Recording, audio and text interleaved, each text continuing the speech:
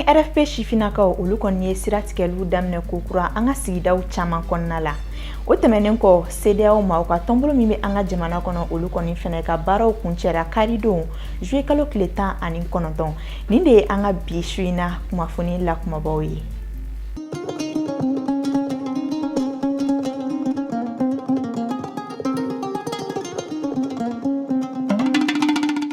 An limanaw aw bɛɛ ni su, nin ye aw ka bi don Kibaru ale kɔni kɛnɛ dayɛlɛnnen ye. A y'aw bisimila. CEDEAO ma ka tɔnbolo min tun bɛ an ka jamana kɔnɔna la n'a ɲɛmaya tun talen bɛ ni k'a di Jonathan Goodluck ma, olu kɔni ye kumalasigi caman kɛ an ka jamana kɔnɔ ka ta juillet kalo tile 15 la ka taa bila juillet kalo tile 19 na. Kabini u nana fo ka taa se u ka baaraw kuncɛli ma, fɛn caman kɛra wa fɛn caman fɛnɛ fɔra. Idrissa Badimi ale bɛna a manan bɔ an ye.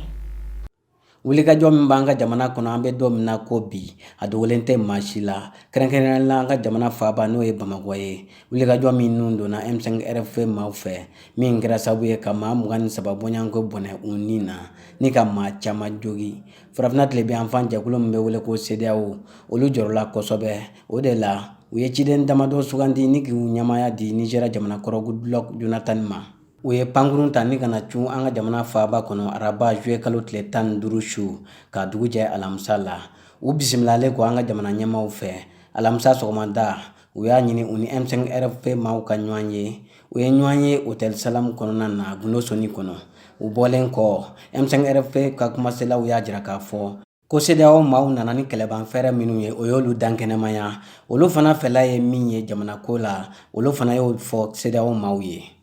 O de la CEDEAO maaw y'a jira k'a fɔ ko bɛɛ lajɛlen ka t'i miiri wa sufɛla fɛ u na ɲɔgɔn sɔrɔ min mana bɔ o la u na o fɔ jama ye. O alamisa kelen tilegan fɛ CEDEAO ni majorité maaw fana ye ɲɔgɔn ye fɛn min ye jamanakuntigi kokɔrɔma dɔnbaaw ye n'o ye Bokar Tereta n'a ka cɛdenw ye. Olu kɔni y'a jira CEDEAO la k'a fɔ ko fɛn o fɛn n'o bɛ se ka kɛ sababu ye ka Mali gɛlɛyaw ban k'olu bɛ sɔn o ma. M5 RFP maaw talen kɔ u miiri ka na u ni CEDEAO ye ɲɔgɔn ye alamisa su ka dugu jɛ juma la. O ɲɔgɔn ye kɔni kun cɛra ka sɔrɔ bɛnkan kelen ma sɔrɔ. Bawo CEDEAO ka laɲini ye min ye o ye jamanakuntigi ka to a jɔyɔrɔ la. O dun tɛ M5 RFP fɛla ye. Olu ka laɲiniw filɛ nin ye. Fɔlɔ jamanakuntigi ka jɔyɔrɔ bila, filanan cɛmancɛ fanga ka sigi, sabanan fali min kɛra sɛgɛsɛgɛli ka ko la, naaninan honorable Sumala Sise ale ka ɲini ka n'a ka denbaya la. Alamisa don juillet kalo tile 16 san 2020 o tile kun cɛra ka sɔrɔ bɛnkan ma sɔrɔ nka hali sisan CEDEAO kɔni ma saliya. U ye a fɔ M5 maaw ye k'u ka t'u miiri u ka na tuguni. Jumadon juillet kalo tile 17 2020 o sɔgɔmada CEDEAO kɔni ma saliya. U n'an ka jamana minisiri ɲɛmaa ye ɲɔgɔn ye n'o ye Bubu Sise. O ɲɔgɔn ye kɔfɛ honorable Achata Sise Chateau n'a bɛ wele ko Chateau n'o fana ye ɲɔgɔn ye. O tɛmɛnen kɔfɛ u ni Imam Mahmud Diko fana ye ɲɔgɔn ye. Sigi in kɔfɛ Imam Mahmud Diko kɔni waleɲuman dɔn ta ka CEDEAO sɛgɛrɛ ani fana a y'a jira k'a fɔ ko a b'a jigiya k'a fɔ nin ɲɔgɔn ye in kɔfɛ fɛɛrɛ bɛ sɔrɔ ka Mali sama ka bɔ dingɛ kɔnɔna na. Bɛɛ tun sigilen don ka ɲɔgɔn ye min kɔnɔ n'o ye CEDEAO ni M5 RFP maaw ka ɲɔgɔn ye laban ye. Ni bɛɛ lajɛlen tun y'a jigiya k'a fɔ ko bɛnkan na sɔrɔ u ni ɲɔgɔn cɛ. O ɲɔgɔn ye in kɛra nɛgɛ kanɲɛ 21 waati.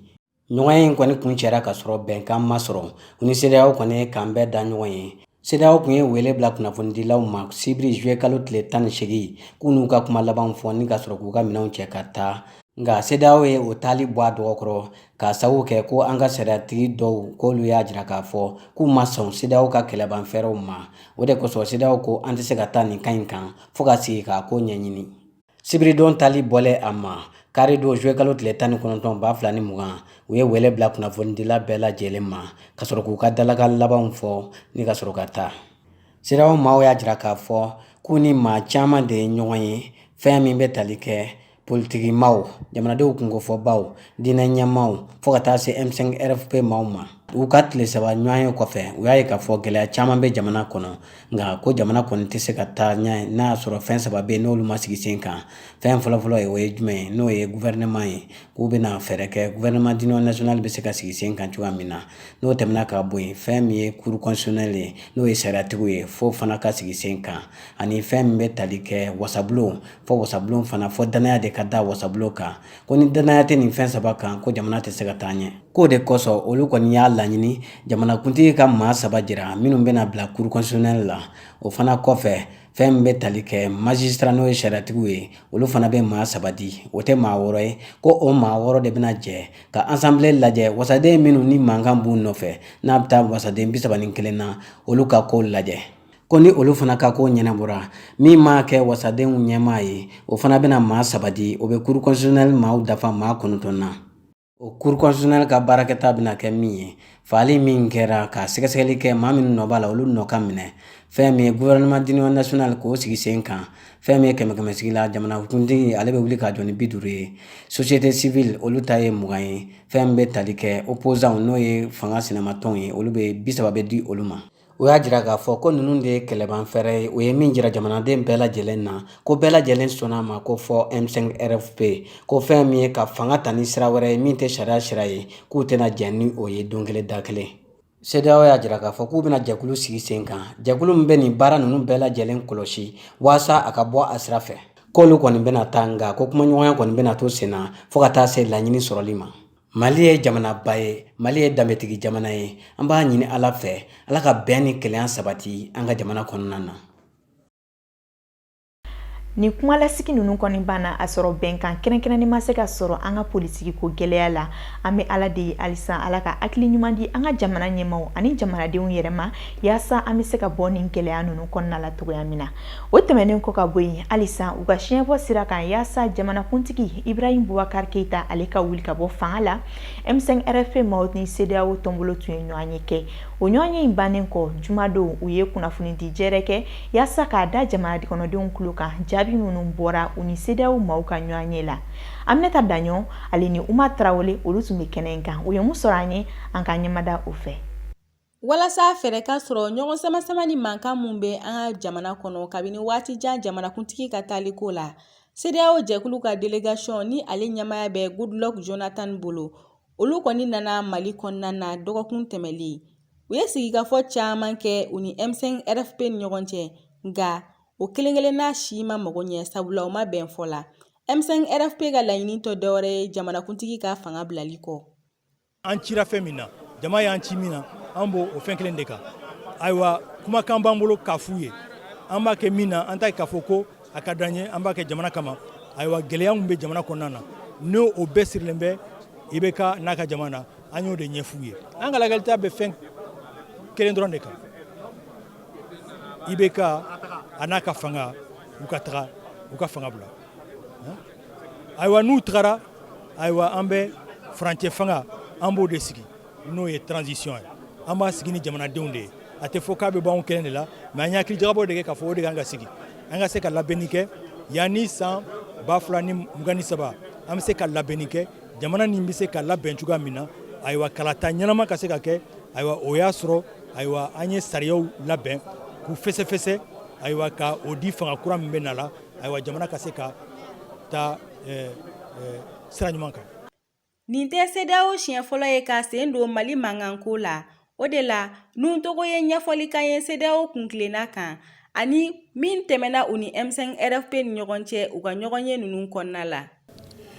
CEDEAO dabɔra ni kɛlɛ bɛ yen ni gɛlɛya bɛ yen o bɛna o da don a la pour que jamana ka se ka basigi nin t'o siɲɛ fɔlɔ ye ka na Mali la ni hakili b'a la en 2012 coup d'état kɛlen Mali la donc o nana min y'a to an y'a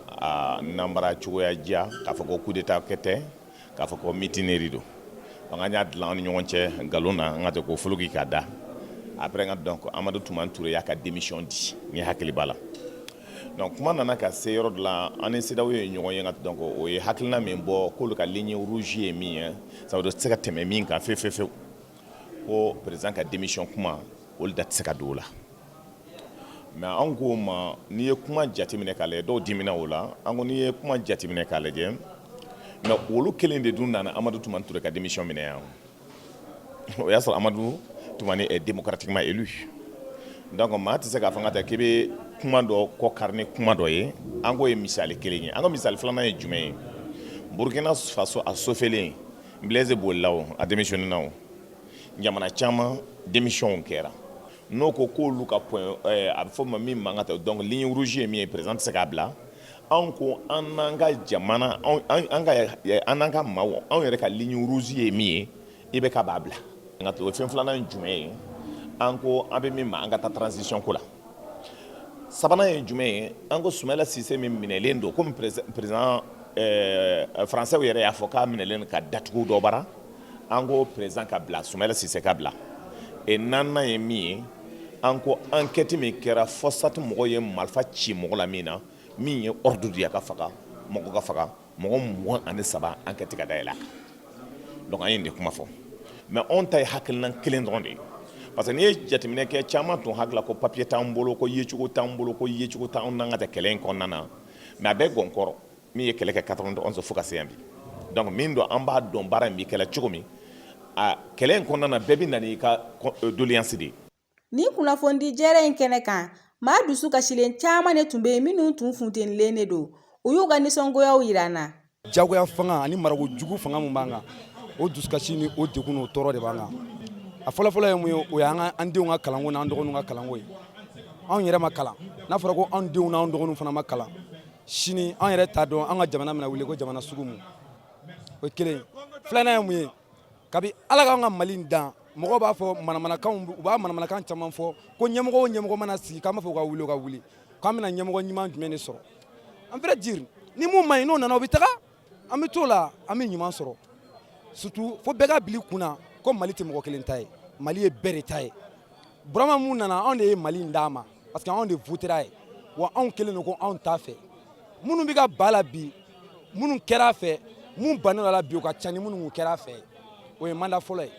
bon mandat filanan an bɛɛ banna la mais a sigira cogoya min na a yɛrɛ de b'o dɔn bon o ye fila ye mɔgɔ tɔɔrɔ kojugu ni hadamaden kan bisi ka kan bisi n'a ti ka kuma n'a sera ɲɛjɛ bɔ yɔrɔ ma i sigilen tɛ ni mun ye a b'o f'i ye donc an sera an dan de la an tɔɔrɔ la an bɛ degun min kɔnɔ a dépassera an wulila an ka dusukasiw yira u nana mun kɛ u nana an kɛ terroriste ye k'an kɛ bandiw ye k'an kɛ bingannikɛlaw ye k'an kɛ zon ye k'an kɛ fɛn bɛɛ ye mais mɔgɔ minnu bɛ kuma ko mɔgɔ minnu bɔra vendredi tɛmɛnen ko ka taa tiɲɛni kɛ minnu b'a fɔ i b'a fɔ ka to i ka so de sinon ni i tun b'a kɛ yɔrɔ la i tɛ se k'a fɔ ko mɔgɔ minnu bɔra k'u ye tiɲɛni kɛ mun de la an b'o fɔ parce que anw de bɔra anw ye mun kɛ ORTM yɛrɛ kɔnɔna na ani assemblée ninnu da la anw ye mun kɛ a ka ca ni 2 heures bilayi talayi hali anw ma miseli ta kuma tɛ ko an ka fɛn tiɲɛ ne ta ti k'a fɔ ko mɔgɔ bɛ k'a fɔ ne yɛrɛ tun bɛ yen marche foyi ma kɛ ko n tora so mun na CEDEAO ka rencontre la ne ka hakilina min bɛ ne na comme toujours mɔgɔ dɔw de b'anw fana ɲɛma anw ti b'olu kɔ mais ni olu fana bɔra anw fana kɔ ka jɛn ni CEDEAO ka laɲini ye ka sɔrɔ laɲini min ti Ibrahim Boubacar Keita ka taga donc u bɔra an jigi kɔrɔ wa an bɛ tigɛ olu fana na parce que en tant que ne yɛrɛ bɛ kuma n dusu bɛ tiɲɛ ka taga parce que n b'a dɔn gouvernement in u ye degun mun sɔrɔ an ye degun mun sɔrɔ a tile la an ye tɔɔrɔ mun sɔrɔ a la donc an ka fɛnw bɛɛ yɛlɛla an ka fɛn bɛɛ tiɲɛnen don a ka kɛ ala kama ni jamana kanu b'a la komi a yɛrɛ ka slogan de don ko Mali kanu b'a la Mali ɲinɛ b'ale la n'a sɔrɔ kuma in ye tiɲɛ ye an tɛ dɔwɛrɛ kɔ a ka taga. Bamananw ka kuma ko mɔgɔ tɛ k'u jɛngɛlen karifan dɔn o kuma na an bɛ dugawu kɛ ala ka nin ko in kuncɛ ko ɲuman na. Alisan CEDEAO maaw ka nali bolo kan CEDEAO maaw kɔni ye u ka dakuɲɛ laban fɔ karidon kɛɲɛli donnen kɔ u ni M5 RFP maaw ka sigi ka kuma la bɔlɔn fɛ maa dɔw y'a jira k'a fɔ k'olu sɔnnen bɛ M5 RFP maaw ka laɲini ma nka o tɛ maa dɔw fɛnɛ hakilina ye an ka jɛ ka hakilina ninnu lamɛn Aminata Daɲɔ Yvonne Marie Anna Traoré ale ni Bakari Kone ka kuma galama la. CEDEAO nana o ye CEDEAO ka rôle de ye ni conflit bɛ yɔrɔ mun na espace CEDEAO kɔnɔna la olu bɛna ka na olu bɛ intervenir ka na négociation kɛ olu ka rôle ye bon maliyɛnw fɛnɛ bɛ yan nɔ ne kɔni fɛnɛ bɛ min fɔ dɔrɔn M5 ka ko in na vraiment anw bɛɛ bɛ M5 de kɔ parce que n'i y'a jateminɛ bi maliyɛn fanba bɛ M5 de kɔ CEDEAO nana CEDEAO ka rôle de jouer bon ça bon a b'a bila bon a t'a bila ne tɛ o fɔ mais an bɛɛ bɛ M5 de kɔ ni M5 ko an ka taa côté min fɛ an bɛ taga o de fɛ parce que bi Malien yɛrɛ fanba bɛɛ a bɛ M5 de nɔfɛ. Wa kun kan ka kuma joona mɔgɔw wulila siɲɛ fɔlɔ la i ma kuma siɲɛ filanan na fana i ma sɔn ka kuma o fo mankan nana wuli kuma min na ka sɔrɔ ka proposition kɛ bon ni CEDEAO nana CEDEAO kan ka min kɛ CEDEAO de y'o kɛ o CEDEAO ka kɛta ye fana quoi mais jamana kɔnɔdenw ka hakɛ ti ka sɔrɔ o fana ka gɛlɛn ni CEDEAO fana ka kuma ye dɛ jamana kɔnɔdenw ka hakɛ ka bon ni président kelen ni ka hakɛ ye dɛ n'i y'a mɛn président i bɛ jama de kun bon ni mɔgɔw bɔra yani k'a ka mɔgɔ faga ye i bɛ taa kuma ni mɔgɔ ye n'a tun tɛna gazi ko ni fɛn ninnu na CEDEAO nani nin filɛ solution tun bɛ se ka sɔrɔ mais déjà mɔgɔw fagara olu bɛ ka cogo di sisan. CEDEAO mɔgɔ ni M5 mɔgɔ ni ɲɔgɔn cɛ ne kɔni bɛ se k'a fɔ M5 mɔgɔ an b'olu de fo k'u barikada parce que maliyɛn filɛ yanni maliyɛn ka mankan kɛ a bɛ mɛn dalen i bɛ yɛlɛ a sanfɛ i bɛ mɛn ka ko kɛ maliyɛn n'a tɛ kuma mais n'a wulila don min na a fana mago tɛ a nin na o don jamana in ye an bɛɛ de jɛ ye wa président b'an kunna maliyɛn bɛɛ fa de don donc ni dutigi ni du mara bɛ fɛ ka tiɲɛ i bolo a ma se hali mɔgɔ yɛrɛ ka wuli e kan ka wuli k'i sigi k'a fɔ du mara bɛ fɛ ka jɛngɛ ne bolo est ce que an b'a kɛ cogoya di donc n'o kɛra ko camanba bɛ jamana in kɔnɔ a bɛ nɔgɔya mais an bɛ position min na bi donc sigikafɔ ma diɲɛ ko ko dilan kɛlɛ tɛ se k'a ɲɛnabɔ an mana kɛlɛ kɛ cogo o cogo mali ɲɛ anw yɛrɛ de ta ye sini ma cɛkɔrɔba fɛn fɛn bɛ mali in kunna ni kow b'a cogoya la o bɛɛ bɛ taa ka mali in to an dɔ bolo mɔgɔ taara k'a to olu bolo yan nɔ olu m'a kɛ cogoya min na k'a bila olu ɲɛ olu man ka n'a tiɲɛ k'a bila anw fana ɲɛ donc ni mali tora tantɔ an mun ye denmisɛnnin den minnu bɛna bɔ an na olu bɛna mun de sɔrɔ yen u tɛna mali sɔrɔ yen bilen dɛ donc faut que maliyɛnw yɛrɛ k'a lajɛ fɔlɔ an bɛ ko o ko la n'i y'a mɛn tubabuw bɛ wuli ka na an kunkanko kuma fɔ yan an k'a lajɛ anw yɛrɛ ka kan an yɛrɛ ye fɔlɔ hadamaden n'i kɛra i yɛrɛ ye mɔgɔ yɛrɛ de bɛ ɲɛbɔ i fɛ mais n'i kɛra mɔgɔ yɛrɛ ye e mana mɔgɔ yɛrɛ lajɛ mɔgɔ tɛ se ka ɲɛbɔ aw fɛ bilen dɛ. CEDEAO ma président sigi malidenw de y'a sigi sinon CEDEAO ma président sigi maliden minnu ye président sigi ne yɛrɛ votera bɔ a ye ne yɛrɛ min sigilen filɛ ne votera wa a ka di ne ye hali bi mais mɔgɔ kelen ka diyaɲɛ tɛ se ka du mara mɔgɔ kelen ka diyaɲɛ tɛ se ka quartier mara mɔgɔ kelen ka diyaɲɛ tɛ se ka jamana mara mɔgɔ hakɛ min bɔra bi o de ka ca ka tɛmɛ an minnu bɛ bɔ a fɛ bon donc n'o tɛ min na ne fɛ nin tɛ kuma caman ye bɔ a ye fɛn bɛɛ sɔrɔ fɛn jumɛn de bɛ yen mali fanga la bi a ma min sɔrɔ o fɛn tɛ yen mais fɛn tɛ yen a ye min kɛ a kɛcogo la o tɛ yen n'i ye ne yɛrɛ ɲininka depuis a sigira foyi tɛ a ye min kɛ a kɛcogo la mais foyi tɛ mali fanga la bɔ a ma min sɔrɔ bon ne yɛrɛ fɛ nin ye ko nɔgɔman de i ye fɛn bɛɛ sɔrɔ ka ban i kɔrɔla a banna taa a ka taa mɔgɔ wɛrɛ kana mɔgɔ wɛrɛ min bɛ na an bɛ ala deli ala k'o kɛ ɲuman ye bon kuma filanan min bɛ ne bolo ka fara ka dɔrɔn mali jamana kɔnɔdenw yɛrɛ de man ɲi jamana kɔnɔdenw man ɲi dɛ an ka fanga man ɲi jamana kɔnɔdenw man ɲi nin ko daminɛnen ni sisan cɛ manamanakan caman de bɛ k'a fɔ dɔw bɛ nkalon da dɔw la ko wɛrɛ a bɛɛ manamanakan mais kuma kelen min bɛ ne fɔ dɔrɔn buwa malidenw de y'a sigi n'o maliden kelen ninnu de wulila kan t'i fɛ taa mɔgɔ wɛrɛ bɛ na jamana kɔni ni jamanadenw bilara ɲɔgɔn na ou bien dukɔnɔmɔgɔw hakili fɔra ɲɔgɔn kɔ jagoya mɔgɔ bɛ sɔrɔ min bɛ don ni ɲɔgɔn cɛ ka fɔ ka bɛn kɛ n'o yɛrɛ ma sɔrɔ dɔrɔn o b'a jira k'a fɔ aw sigilen tɛ sigi ɲuman na mais fɔ ka bɛn a ka kɛ tiɲɛ kɔnɔ o de ka ɲi n'a kɛra tiɲɛ kɔnɔ maintenant bɛɛ lajɛlen bɛ lafiya i y'a mɛn o de kosɔn maninkaw b'a fɔ nkalon ma ko wuya wuya tɛ dɔwɛrɛ ye n'i ye nkalon sogolo ka sogolo don dɔ a bɛ wuya a bɛ yɛrɛkɛ a bɛ jɛnsɛn quoi ka wuya n'i ye so jɔ n'a binna k'a wuyara donc nkalon tɛ laban donc an k'a kɛ tiɲɛ kan min dalen b'o fana kan tuguni maintenant mɔgɔ manifestant minnu bɛ ka bɔ foyi t'u bolo u bololankolonw de don tiɲɛ don dɔw bɔra u cɛla ka taa fɛn dɔw tiɲɛ mais o sara tɛ fagali ni fɛnw ye an y'a ye an ka jamanaw la yan an ka sous région kɔnɔ yan mɔgɔw bɔra semaine joli u bɛ bɔ ka mankanw kɛ u bɛ fɛn caman kɛ mais u n'u ka maintien d'ordre mɔgɔw u ye ɲɔgɔn faamu u b'u gaziw ni fɛngɛw kɛ mais u ma mugu ci mɔgɔ si la il faut que mali ye jamana civilisé len an kana an ka jamana kɛ bandi jamana ye ka taa fini biri dɔw kunna k'u minɛ ka taa n'u ye u yɔrɔ tɛ dɔw tɛ mali kɛcogo ye an bɛɛ ye balima kelen de i b'a sɔrɔ mɔgɔ dɔ sara nin na a bɛ taa kɛ chef d'état major somɔgɔ ye a bɛ taa kɛ président somɔgɔ ye a bɛ kɛ ministre somɔgɔ ye a bɛ kɛ alimami digo yɛrɛ somɔgɔ ye a bɛ kɛ M5 mɔgɔ dɔ somɔgɔ ye donc ɲɔgɔn faga nafa t'a la an ka ɲɔgɔn nɛgɛ an ka don da kelen fɛ an ka bɔ da kelen fɛ mais bɛɛ kɔni b'a dɔn président yɛrɛ jɔra la k'a fɔ jamana vraiment a tɛ ka taa cogo t'a la parce que baara n'a tagabolo don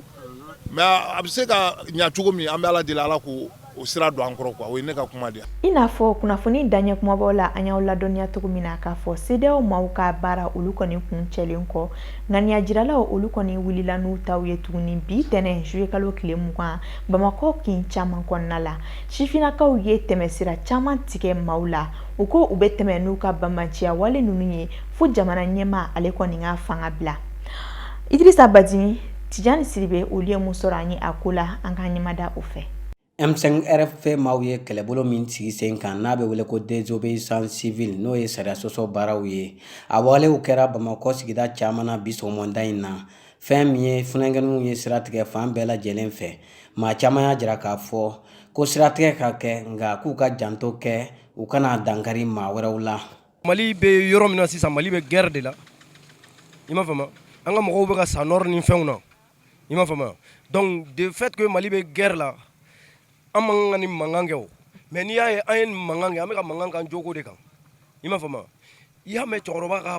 bila a fɔra k'a ka min régulariser a k'o régulariser dɔrɔn ni cɛkɔrɔba tun y'o régulariser assemblée ko ale ni mankan misɛnnin minnu bɛ sen na k'olu régulariser ka mɔgɔw bila u ka hakɛ kɔnɔna na est ce que a tun bɛ se nin bɛɛ ma wa san 7 Mali bɛɛ de ye danaya ta k'a da cɛkɔrɔba in kan ka cɛkɔrɔba in bila an kunna san 7 taa tɛ ka mɛnɛ sisi tɛ ka bɔ bɛɛ ka bɔ dɔrɔn an ka sigi gidɔrɔn sanfɛ a banna mobili tɛ tɛmɛ mɔgɔ tɛ taa baarakɛyɔrɔ la ni dugu paralysera sisan cɛkɔrɔba b'a bila bɛɛ bɛ muruti cɛkɔrɔba b'a bila ne e wuli kuma kɛra jamanadenw muruti kuma ye ko nafa bɛ dɔgɔya dɛ ladili waati tɛmɛna sa mɔgɔw tɔɔrɔlen don sa kungo bɛ jamana kɔnɔ furaw tɛ ka se ka san bilen wallahi ka dɔn k'a fɔ hali kalan ninnu a bɛɛ burujara an ka jamana in kɔnɔ sa i jo kɛlɛ n'i b'i jo ka i jo kɛlɛ kan k'a kɛ i b'i jija i ka ɲi ni jugu dɔn ka bɔ ɲɔgɔn na i kana ɲi ni jugu i kana bɛɛ gosi bere kelen na baara min filɛ ka kɛ nin ye nin de kan ka kɛ sabula nin de ye mɛn faso fɛ ye maa minnu filɛ ka nin taama kɛ nin ye ninnu de b'u faso fɛ tiɲɛ yɛrɛ la a tɛ k'a fɔ n ye dɔ sɔrɔ k'a dun ko n bɛ n dabɔ fasoko la sabula a bɛ bolo min kan o ko tɛ ka di n na dɔrɔn donc o de ye faso jɔli ye o tɛ faso jɔ ye faso jɔ ye de k'a lajɛ yala jamana yɛrɛ bɛ bolo jumɛn kan jamanadenw bɛ bolo jumɛn kan jamanaden bɛɛ bɛ se ka lafiya bolo cogo jumɛn na n kelen ka lafiya ko tɛ n kelen ka hɛrɛ tɛ n'i bɛ faso kanu fɔ i da la n'i ka kɛwale tɛ faso jɔ baara ye o kɔrɔ ye e tɛ faso kanu e tɛ faso fɛ e b'i yɛrɛ n'i ka denbaya de fɛ donc a kuma sera mɔɔw ka wuli k'u jɔ degun min b'u kan ba degulen ale de bɛ kini kɛ mɔɔw bɛ taama min na nin ye u degunna de ba degunna u bɛ kini de la nka n y'a fɔ cogo min ko dɔ ye Amadi Jalaki ye nka a tɛ wɛrɛ cɛ kun bɔ a man kan i jo ɲinitɔ la i ka t'i ɲin gosi ka fara i jugu kan sabula n'i wulila ka taama maa min bɛ e fɛ ani bɛ hakilila kelen kan i taara a ka mobili jeni i taara a ka moto jeni est ce que a tigi bɛ k'e fɛ tuguni wa ale tɛ k'e fɛ dɛ a bɛ fara i jugu de kan k'a sɔrɔ e ɲin don ani bɛɛ bɛ hakilila kelen kan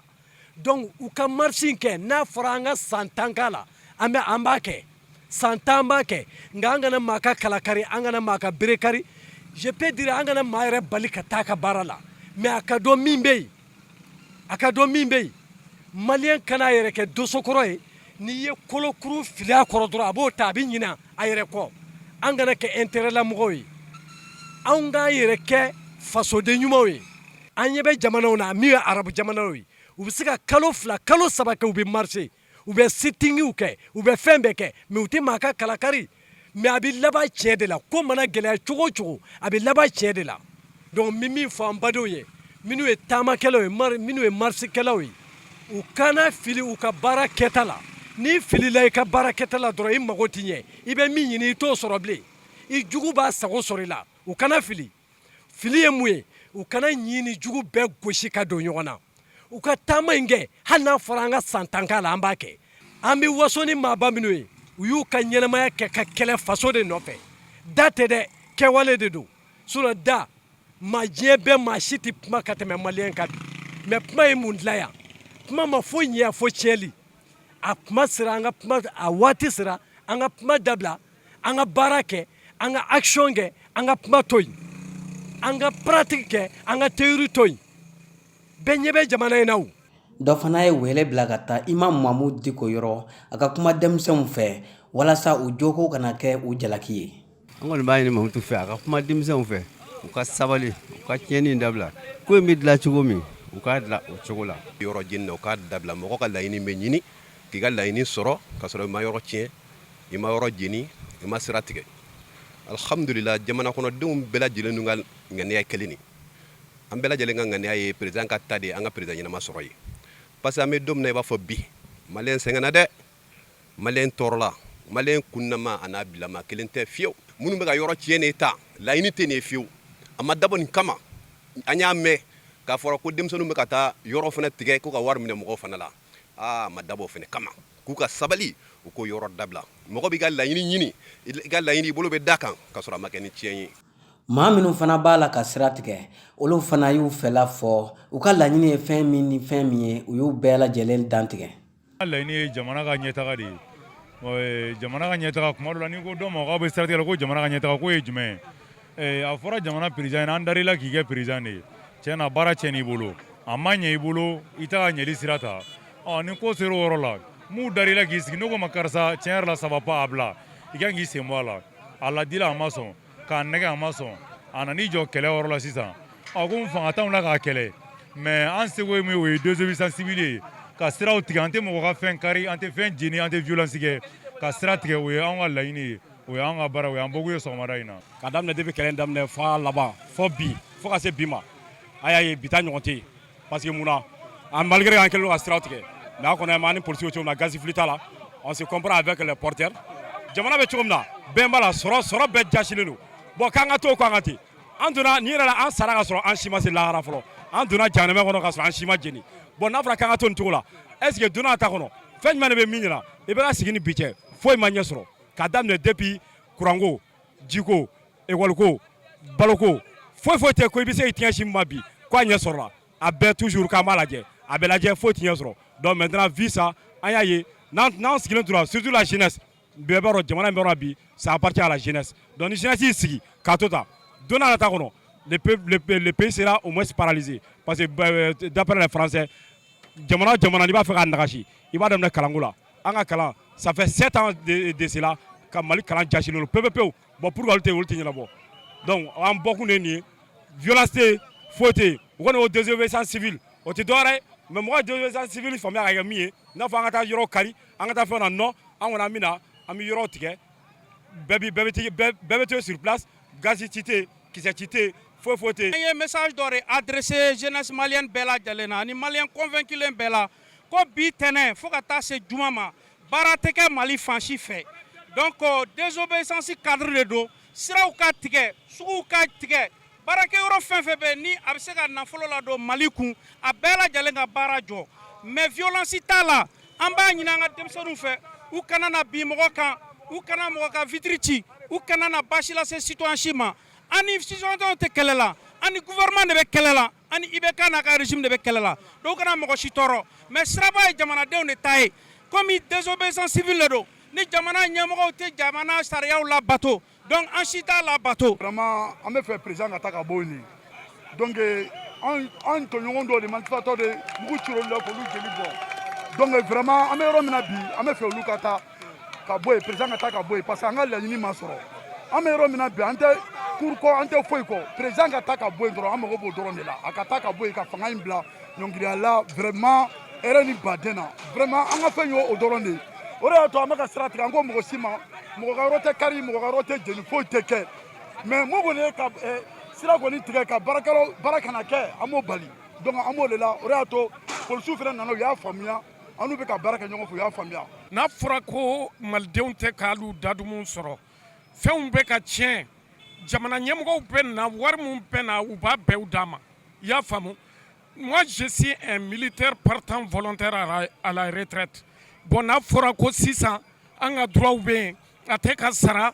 an ka 310 milliards o de nana anw partant volontaire militaire civil tɔgɔ la o wari détournera gouvernement fɛ k'a ta o doni bi la anw de b'o sɛgɛn kɔnɔ na munna anw tɛ bɔ ka fara mɔgɔ tɔw kan an bɛ bɔ ka fara u kan k'an ka revendication kɛ k'a jira k'an ye jamanaden de parce que an tɛ se ka to tan jamana tɛ se ka to nin bolo kan e k'i miiri nin bɛɛ la an faw de bɛ ka sa kɔrɔn fɛ mɔgɔw dalen Bamakɔ yan ko IBK ka continuer pouvoir la an baw bɛ ka sa tu kɔnɔ mɔgɔw b'a la ko IBK ka continuer pouvoir kɔnɔ an denw bɛ ka sa musokɔnɔmaw bɛ ka poignarder dɔgɔnɔw ni kadɔw bɛ ɲɔgɔn na bon an ma se ka mun faamu o ye nin yɔrɔ de ye parce que ne bɛ mun ɲini malidenw fɛ bɛɛ ka wuli k'i tɛgɛ di ɲɔgɔn ma nin fanga jugu in bɛ ta ka bɔ an da la cogo min an b'o de kɔ bi bi in na a polisiw tɛmɛtɔ filanan i yɛrɛ ɲɛ b'a la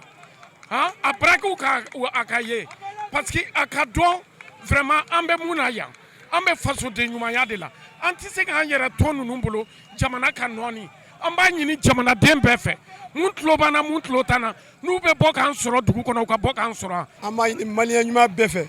u ka bɔ ka fara an kan an ka nin baara in kɛ hɛrɛ ani baden kɔnɔna na cɛkɔrɔba sɛgɛnna ka taa lafiɲɛ bɔ an ka yɛlɛma wɛrɛ ɲini maliko la hakɛto bɛ nin kan sɔli ala rasul Jateminɛw y'a jira k'a fɔ ko nin waati laban in na maa caman ka baara sonsorola ni k'a sabu kɛ taamaw ye ani siratigɛw ye a ɲininen bɛ siratigɛlaw fɛ u ka janto kɛ denbayatigiw la waasa u bɛ se ka dahirimɛ sɔrɔ cogoya min na.